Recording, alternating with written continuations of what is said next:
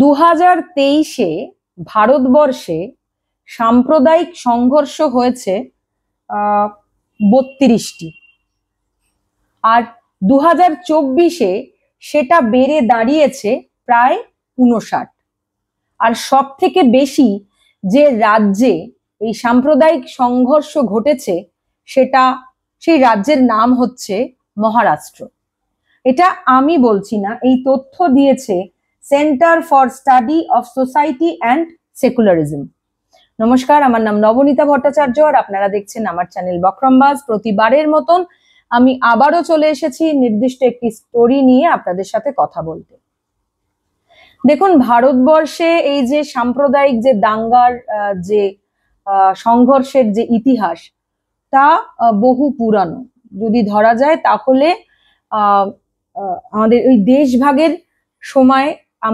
সময় থেকেই বলা যেতে পারে, তারও আগে হয়েছে, কিন্তু সময় থেকে বলা যেতে পারে, যেখানে প্রায় 2 মিলিয়ন মানুষ মারা গিয়েছেন, প্রায় 14 মিলিয়ন মানুষ এদেশ ওদেশ করে তারা একটা কি বলবো, মানে একটা সমস্যার মুখে বা ঘর ছাড়া হয়েছে বা ঘর ছেড়ে বেরিয়ে গেছে 14 মিলিয়ন মানুষ।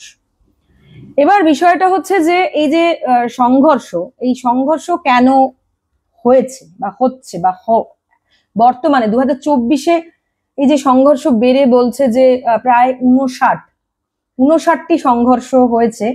Centre for study of society and secularism এরা এই যে তথ্যটা তুলে ধরছে, এই তথ্যটা মূলত তুলে ধরেছে যে মানে যে মেথোডোলজির ওপর, সেটা হচ্ছে যে তারা এই যে বিভিন্ন যে নিউজ পেপারের থেকে the Mumbai editions of the Times of India, the Hindu, Indian Express, Sahafat এবং ইনকিলাব, এদের যে রায়টের যে তথ্য, সংঘর্ষের যে তথ্য, সাম্প্রদায়িক সংঘর্ষের যে তথ্য, তা যে তথ্য তারা এই যে দিচ্ছে যে 2023-এর 32টা সাম্প্রদায়িক সংঘর্ষ হলেও 2024-এ সেই সাম্প্রদায়িক সংঘর্ষ বেড়ে দাঁড়িয়েছে 59।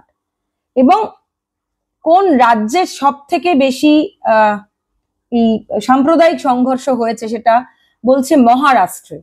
এই মহারাষ্ট্রে সংঘর্ষ হয়েছে সব থেকে বেশি, বলছে যে প্রায় 12টা মতন সাম্প্রদায়িক সংঘর্ষ হয়েছে মহারাষ্ট্রে। এরপর হচ্ছে ইউপি, আর তারপরে হচ্ছে বিহারের নাম উঠে আসছে। 4টে যে কমিউনাল মানে সাম্প্রদায়িক যে সংঘর্ষ হয়েছে, সেই 4টে হয়েছে রাজ্যের অযোধ্যায়, যখন ওই রাম মন্দিরের যে প্রাণ প্রতিষ্ঠার সময় 4টেই যে কমিউনাল সাম্প্রদায়িক ভায়োলেন্স হয়েছে। এবং বলছে যে এই যে সাম্প্রদায়িক যে ভায়োলেন্স, এটার হয়েছে কোনো ধর্মীয় উৎসবকে কেন্দ্র করে। ইদার সেটা যদি হয় মানে হিন্দুদের, আবার কখনো সেটা হচ্ছে মুসলিমদের, যেমন গণেশ পুজোর সময় হয়েছে, সরস্বতী পুজোর মূর্তি বিসর্জনের সময় হচ্ছে, বকরিদের সময় হচ্ছে।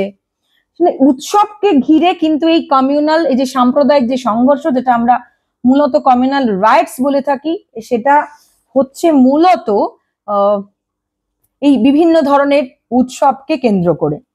এবং এখানে স্পেসিফিক করে আর একটা জিনিস বলেছে যে সাম্প্রদায়িক সংঘর্ষের কথা, centre for study of society and secularism, এদের বক্তব্য হচ্ছে যে রাজ্যগুলি মূলত বিজেপি শাসিত বা যে রাজ্যগুলি মূলত কোয়ালিশন মানে বিজেপির সঙ্গে অন্য কোনো সরকার রয়েছে বা অন্য কোনো সরকারের সাথে বিজেপি রয়েছে, সেই রকম রাজ্যগুলোতে এই যে সাম্প্রদায়িক যে সংঘর্ষ, এটা বলছে সেই রাজ্যগুলোতে দেখা যাচ্ছে টেন্ডেন্সি বেশি। তাহলে কি পশ্চিমবঙ্গে সংঘর্ষ হয়নি? হয়েছে 2024-এ। আমি ওদেরই একটা যে তথ্য আছে সেটা আমি তুলে ধরছি। বলছে মহারাষ্ট্রে, যদি আমরা এই রেশিওটা ধরি, মহারাষ্ট্রে বলছে 12টা, বিহারে 7টা, উত্তরপ্রদেশে 7টা, গুজরাটে 5টা, মধ্যপ্রদেশে 5টা, উত্তরাখণ্ডে 5টা, কর্ণাটকে 4টে, তেলেঙ্গানায় 3টে, ওয়েস্ট বেঙ্গলেও 3টে, ওড়িশা, রাজস্থান, ঝাড়খণ্ড, হরিয়ানা, ত্রিপুরাতেও হয়েছে। কিন্তু সেটা সংখ্যায় কম। যে রাজ্যগুলি সব থেকে বেশি রয়েছে তার মধ্যে মহারাষ্ট্র হচ্ছে সবচেয়ে বেশি, তারপর বিহার, উত্তরপ্রদেশ, তারপর গুজরাট, মধ্যপ্রদেশ, উত্তরাখণ্ড, কর্ণাটক, তেলেঙ্গানা, ওয়েস্ট বেঙ্গল, তিনটে মতো করে হয়েছে। এবার বিষয়টা হচ্ছে যে এই যে মব লিঞ্চিং এরও রিপোর্ট সেখানে দেওয়া রয়েছে যে, এবং এমন নয় যে সেখানে হিন্দু মারা যাচ্ছে না, এই সংঘর্ষে হিন্দুরাও খুন হচ্ছে, কিন্তু যদি এভাবে বলেন তাহলে সেক্ষেত্রে মুসলিমদের খুন হওয়ার সংখ্যা সবচেয়ে বেশি। যেমন মব লিঞ্চিংও হয়েছে প্রায়, এখানকার যা পরিসংখ্যান বলছে যে মব লিঞ্চিংও হয়েছে, এবং এটাকে যেটা বলা হচ্ছে হচ্ছে সাম্প্রদায়িক এই যে উত্তেজনা এবং রাজনৈতিক যে মেরুকরণ, এইটা করার জন্য বেছে নেওয়া হচ্ছে ধর্মীয় উৎসবকে বেছে নেওয়া হচ্ছে, এমনটাই এই রিপোর্টে বলছে। যেহেতু আমরা এই ভেরি রিসেন্ট আমরা পাহেলগাঁও দেখলাম যে পাহেলগাঁওকে কেন্দ্র করে, পাহেলগাঁওর যে টেররিস্ট অ্যাটাককে কেন্দ্র করে কিভাবে ভারতবর্ষের মানুষ হিন্দু মুসলিম এই দুটো বিষয়, বিশেষ করে মিডিয়া কিভাবে এই যে রাজনৈতিক মেরুকরণ বা সাম্প্রদায়িক যে উত্তেজনা চালানোর চেষ্টা করলো মেইনস্ট্রিম মিডিয়া, তো সেটার উপর দাঁড়িয়ে এই বিষয়টা আমার মনে হলো প্রাসঙ্গিক, এটা আপনাদের সামনে তুলে আনাটা জরুরি। কারণ এই যে আমরা ভারতবর্ষ চিরকালই যতই আমাদের এখানে ধর্মীয় উন্মাদনা থাকুক, যতই এখানে সাম্প্রদায়িক একটা চোরাগোপ্তা হানা থাকুক না কেন, আমরা সবসময় চেষ্টা করি যে আমরা সমস্ত জাত ধর্মর ঊর্ধ্বে গিয়ে মানবিকতার কথা বলি, এবং সেই মানবিকতা আমরা অবশ্যই বজায় রাখি।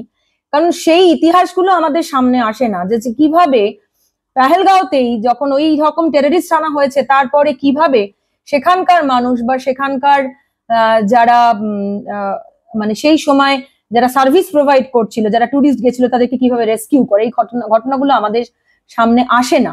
ফলে যদি কোনো টার্গেট করা হয়, যদি ধর্মীয় মেরুকরণের চেষ্টা করা হয়, রাজনৈতিক মেরুকরণের চেষ্টা করা হয়, তাহলে অবশ্যই ভারতবর্ষের মানুষ তাকে আটকাবে, এবং অবশ্যই ভারতবর্ষের মানুষ জাত ধর্ম নির্বিশেষে মানুষের পাশে দাঁড়াবে।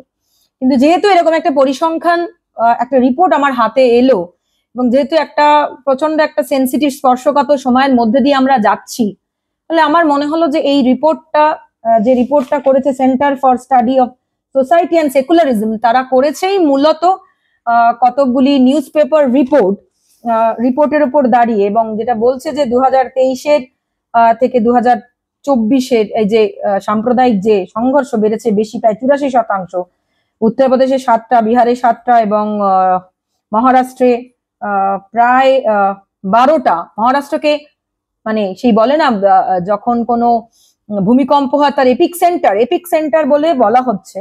এবং এই রিপোর্ট করা হয়েছে মূলত কতগুলি সংবাদপত্রের বেরোনো রিপোর্ট থেকে তা করা হয়েছে। যেমন বলছি যে মুম্বাই এডিশন রয়েছে, যা Hindu, the Times of India, the Indian Express, Sahafat এবং দ্য ইনকলাব যে রিপোর্ট, তার উপর দাঁড়িয়ে আমার মনে হলো যে, এবং বিভিন্ন মিডিয়াও এই রিপোর্ট করেছে। আপনাদের যদি মনে হয় আপনারা এগুলো, আমি বারবারই বলি যে আমি কিছু বলছি বা কেউ কিছু বলছে তার উপর বিশ্বাস না করে আপনারা নিজেরাও সেটা নিয়ে চর্চা করুন, সেটাকে নিয়ে ভাবুন যে কেন কেউ কথাটা বলছে, কেন এই ধরনের কথা সামনে আসছে। আমার মনে হয় যে আমরা আজকের দিনে দাঁড়িয়ে আধুনিক বলে নিজেদের যখন ডিমান্ড করি, তখন আমাদের চিন্তা চেতনা, আমাদের শুধু খাওয়া দাওয়া পোশাক না, আমাদের চিন্তা চেতনা ভাবনাতেও আমাদেরকে এগিয়ে যেতে হবে, আধুনিক হতে হবে, সমস্ত বিষয়ে সচেতন হওয়াটা আমার মনে হয় আধুনিকতার প্রথম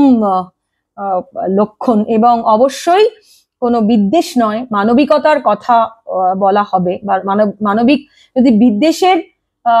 যদি নাও হতে পারেন, তাও বিদ্বেষ রাখাটা কোনো কিছুর ওপর আমার মনে হয় একজন মানুষকে আসলে মানুষের কাজই হচ্ছে মানবিকতা বজায় রাখা, মান এবং হুঁশ নিয়ে এগিয়ে চলা।